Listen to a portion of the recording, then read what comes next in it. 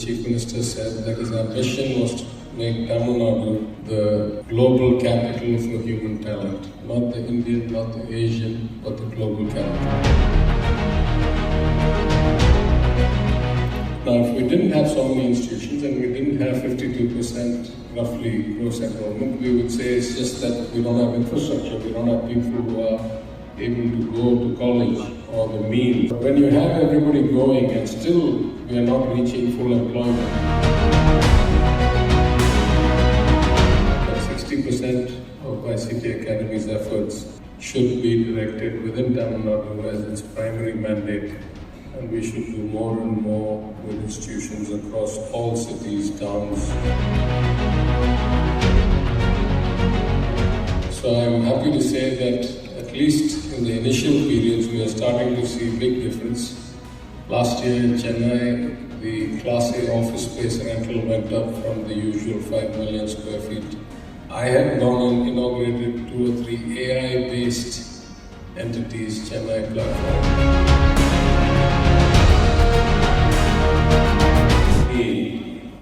Members of the ICT Academy team that pulled this together, as well as of the IT department. The eminent speakers who are here to enlighten all the delegates throughout the day. The 650 people who have progressively decided to register here.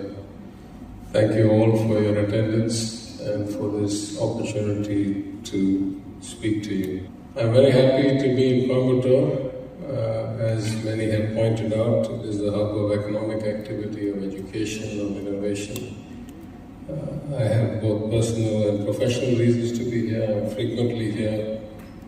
In fact, sometimes I used to joke asking whether my constituency is Madurai or Coimbatore, because I come so often to Coimbatore. But I think I'm back again in a couple of weeks for a PSG Trust annual day. So partly for personal reasons, partly because it's such an important part of our economy, both in my old role in finance and in my current role in technology. I come here a lot. This conference is very special to us, but I want to give you a little bit of background. The theme of this conference actually echoes our Chief Minister's statement back in 2021 when we established the Economic Advisory Council for the state of Tamil Nadu. In the maiden address to that council, the Chief Minister said that his ambition was to make Tamil Nadu the global capital for human talent. Not the Indian, not the Asian, but the global capital. I think if you read into that, what he was already implying is that our Tamil diaspora is significantly impactful in almost every sector all over the world already. And the sheer scale of our population, almost 8 crore people, plus the high enrollment ratios that we have, ought to make us the premier source of human capital. But if you look at where we are today, there are many positives we can talk about our low gross enrollment ratio, about our economic platform, about our inclusion, about our national ranking. Srivatsram brought it up in many colleges, etc.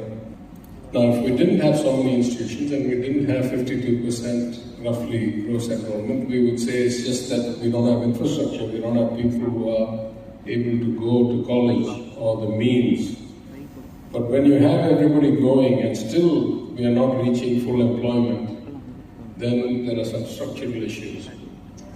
This is a problem that is not new to me. I had the great luxury, though on the one hand, with people like the TVS family or with many in Coimbatore, or even with the family of Mike Muralidharan, though I can celebrate many generations of friendship. In fact, I spent most of my career overseas in economies and markets which were much more efficient in terms of labor placement. And so, during my maiden speech in the Assembly in 2016, when I was an opposition member, at that point, I suggested several steps to be taken to improve the ratio of placement, given that we already had high levels of education or enrollment.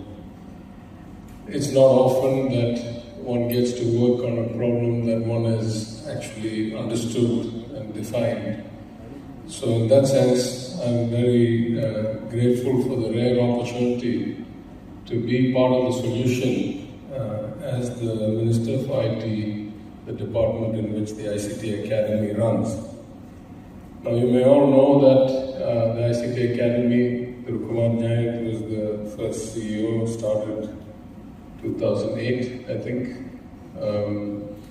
was not the only one of its kind. It had partial Government of India support. Many states were given the opportunity to start something similar. Ours has been spectacularly successful in the sense that I think of all the ICT academies that are government sponsored or supported. On the one hand, we're very happy as a department, as the home of the ICT Academy of Tamil Nadu, that we do this for the country. At the end, we are one country. We have to raise the average productivity of all workers for the country to benefit.